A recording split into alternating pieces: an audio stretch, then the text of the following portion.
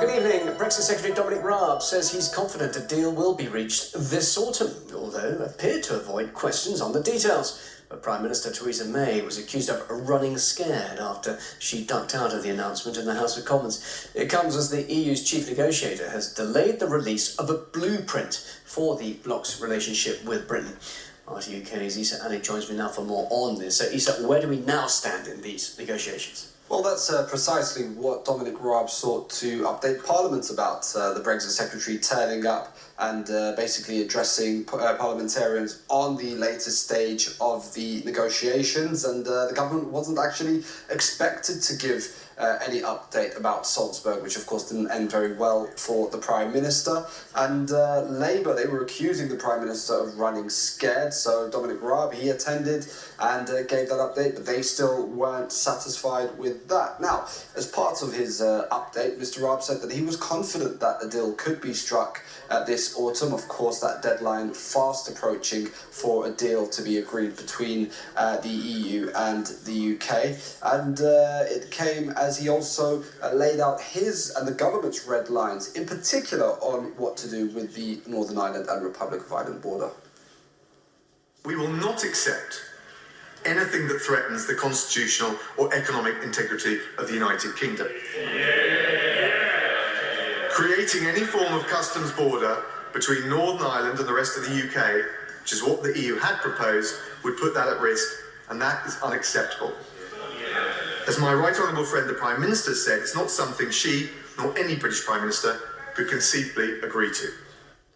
Now, there's perhaps been somewhat of a softening of negotiating positions between both sides, because we were expecting tomorrow for the EU's chief negotiator, Michel Barnier, to release a blueprint on what they saw as the future trading and security relationship between the UK and the EU post-Brexit, and it was thought that it would outline a number of areas where there was mutual agreement and disagreement between the two sides. Now, it's emerged that Mr. Barnier is expected to be delaying the release of that because it would heap pressure on Theresa May here in the UK domestically, and it's thought that he's willing to make that compromise because the government themselves have indicated that they too are willing to make some concessions in talks about that future relationship. But again, that could lead to even more pressure from those Brexit backbenchers within the Tory party.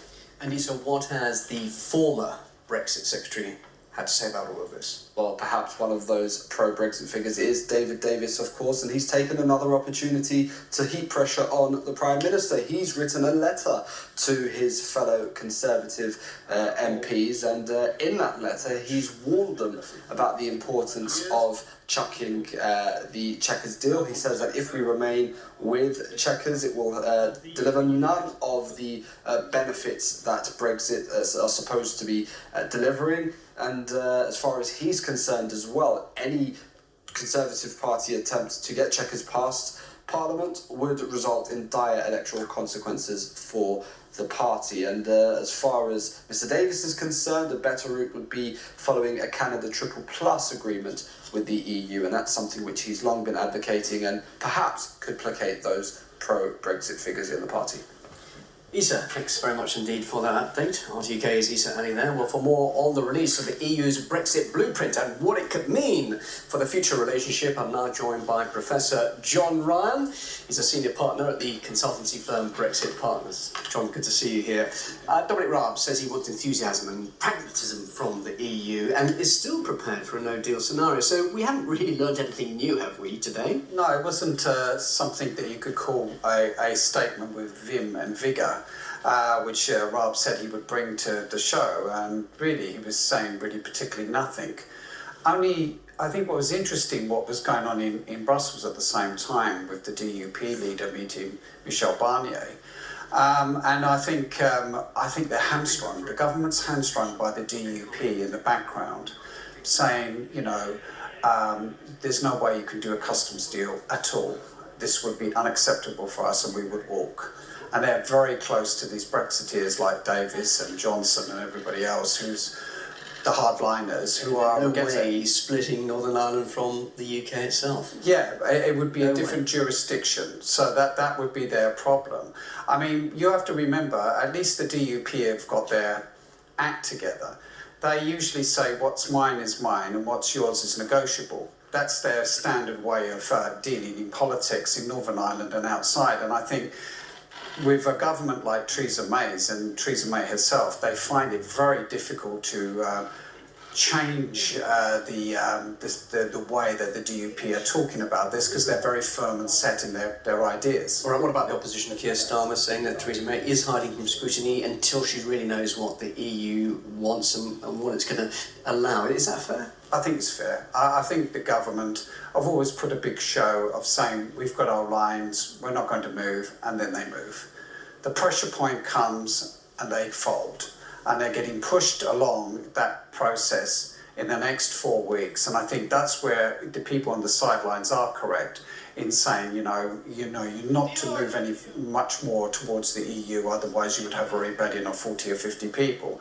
I think, the idea of keeping the Chequers deal is very, very difficult because the EU have written it off. Yes, but have we really got time to change course at this such late stage, or could Article 50 be extended? Article 50 could be extended.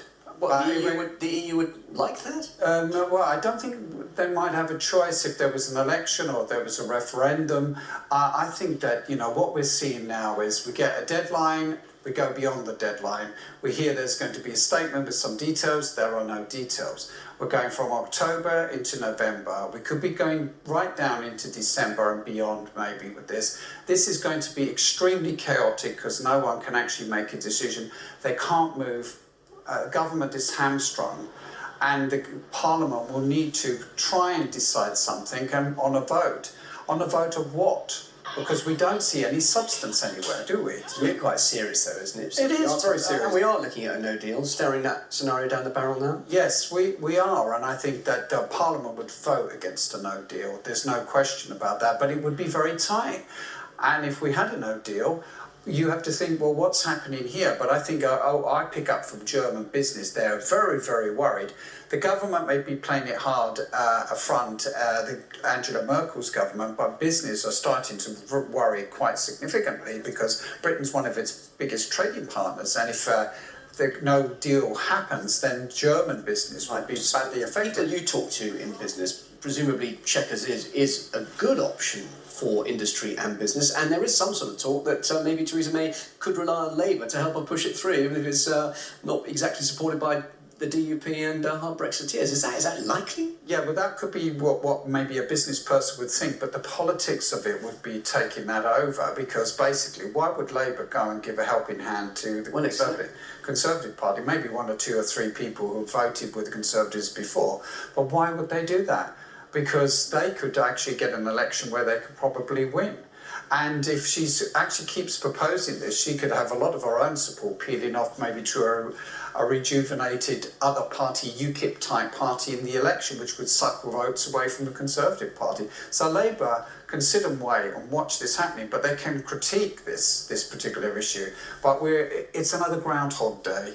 We're not really moving forward very much at all. Professor John Ryan, thank you very much. Thank you.